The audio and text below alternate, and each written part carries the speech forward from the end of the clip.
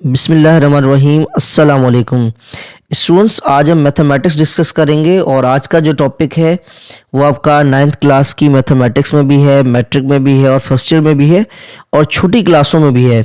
जिस तरह मैंने लास्ट क्लास में डिस्कस की थी कि रिप्रेजेंटेशन ऑफ सेट की डिस्कस किया था, सेट के मेथड डिस्कस किए थे, जिसमें हमने पहला मेथड जो डिस्कस किया था वो टेबुलर फॉर्म किया था। आज हम एक दूसरा मेथड जो है वो डिस्कस करेंगे और जो सेट का जो दूसरा मेथड है, सेट को जो लिखने का जो दूसरा तरीका है वो आपका है डिस्क्रिप्टिव फॉर्म।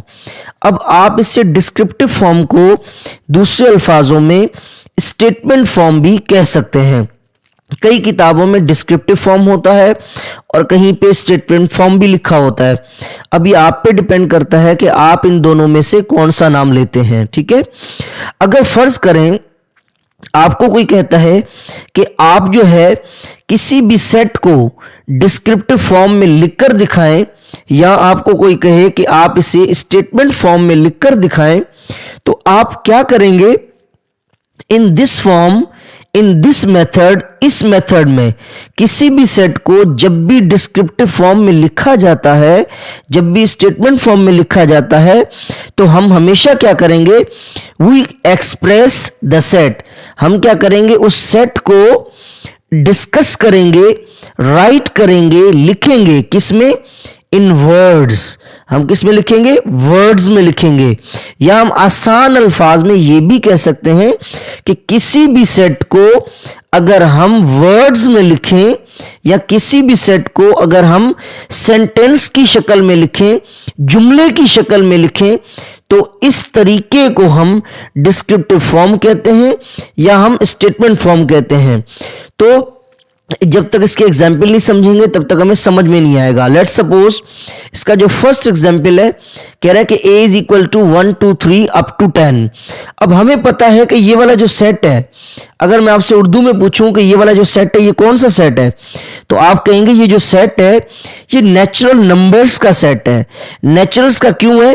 क्योंकि ऐसा सेट जो 1 से स्टार्ट हो उस सेट को हम सेट ऑफ नेचुरल नंबर्स कहते हैं।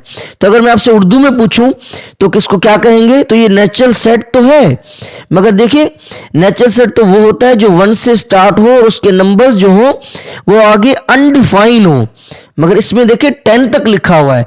तो अगर मैं आपको कहूं उर्दू में बताएं तो आप कहेंगे ये सेट है नेचुरल नंबर्स का 1 से लेकर 10 तक। अब देखिए ये मैंने किस में बताया? जुमले में बताया, तो हम इजीली लिखेंगे।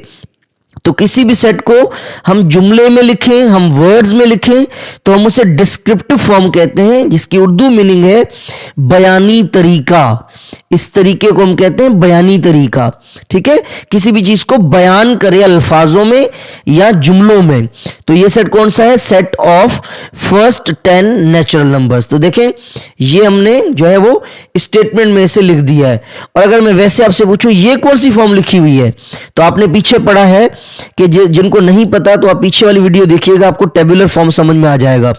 अब देखें ये वाला जो तरीका है, इसमें देखिए जो नंबर्स हैं वो कैसे लिखे हुए हैं? तरतीब में लिखे हुए हैं। इसका मतलब ये लिस्ट में लिखे हुए हैं। और देखिए हर एलिमेंट के बीच में क्या है? कॉमा है। और आखिर में जो बंद किए हुए हैं एलिमेंट्स, जो क्लोज किए हुए हैं, किसकी मदद से किए हुए हैं? करली ब्रेसेस की मदद से बंद किए हुए हैं। तो ऐसा तरीका जिसमें हम एलिमेंट्स को लिस्ट करें और हर एलिमेंट के बीच में कॉमा दें और आखिर में हम ये करली ब्रेसेस दें, तो ऐसे तरीके को हम टेबुलर फॉर्म कहते हैं। तो बेसिकली ये जो है ये आपका टेबुलर फॉर्म में लिखा हुआ है। इसे हमने किस में लिखा? जुमले में लिखा। तो ऐसा तरीका जिसमें हम ऐसे किसी चीज को लिखें, लिस्ट करके लिखें, तो इसके कहेंगे टेबुलर फॉर्म, और कि जुमले में लिखें तो डिस्क्रिप्टिव फॉर्म। उसके बाद एक दूसरा एग्जांपल है। अब देखें b is equal to AEIOU।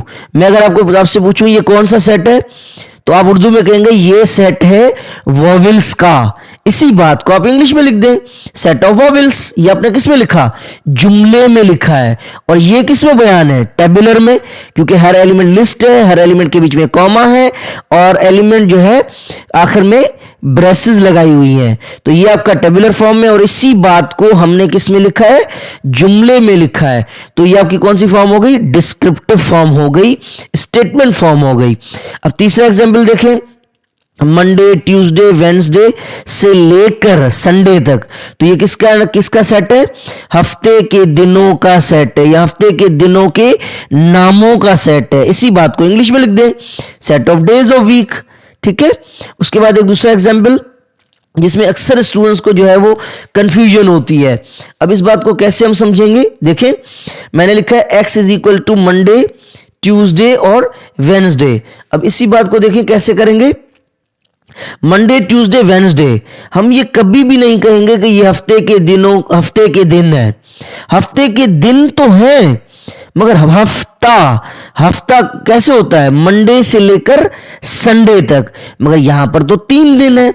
तो हम यहां पर कहेंगे ये हफ्ते के दिनों का नामों का सेट है, मगर मंडे से लेकर वेडनेसडे तक। अगर संडे तक होता तो हम सिंपली कहते set of days of week कहते, मगर यहां तक सिर्फ 3 नाम है, तो इसलिए हमने ये यहां पर मेंशन किया है कि ये हफ्ते के दिनों के नामों का सेट है, मगर पीर से लेकर जो है वो कहां तक लिखा हुआ है? मंडे टू वेडनेसडे, पीर, मंगल, बुध तक लिखा हुआ है। ठीक है, मंडे टू वेडनेसडे। और आखिर वाला सेट देखें, y इज इक्वल टू 1 2 3 और आगे लामहदूद। अब देखें, ऐसा सेट जो 1 से शुरू हो और आगे लामहदूद हो, तो हम क्या कहेंगे? ये सेट किसका है? ये सेट है नेचुरल नंबर्स का। ठीक है, तो देखिए इसी सेट को हमने किस में लिखा है? जुमले की शक्ल में लिखा है। तो किसी भी सेट को जुमले की शक्ल में लिखे तो उसे क्या कहेंगे? Descriptive form. तो देखिए हमने डिस्क्रिप्टिव फॉर्म किया। अभी इसी का थोड़ा सा आप एक एग्जांपल थोड़ा सा ऊपर देखिएगा। यहां पर जब मैंने पहला आपसे एग्जांपल डिस्कस किया था तो इसमें देखिए क्या था? 1 से लेकर 10 तक। तो नेचुरल नंबर्स तो लिखा, मगर कहां तक? 1 से लेकर 10 तक, फर्स्ट 10 लेटर्स। और आखिर वाले में देखें आपको हमने क्या किया है कि सिर्फ क्या लिखा है? अप टू लामहदूद है।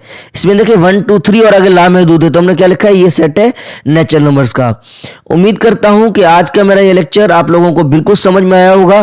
कोई भी कंफ्यूजन हो, कोई भी बात जो आपको ना समझ में आई हो, या ऐसा कोई मिसाल जो आपको समझ में नहीं आता, तो आप मुझसे कमेंट बॉक्स में जरूर पूछिएगा। अपने दोस्तों में, फ्रेंड्स में जरूर शेयर करें ताकि किसी का फायदा हो। Stay blessed, stay inspired. Allah हाफिज।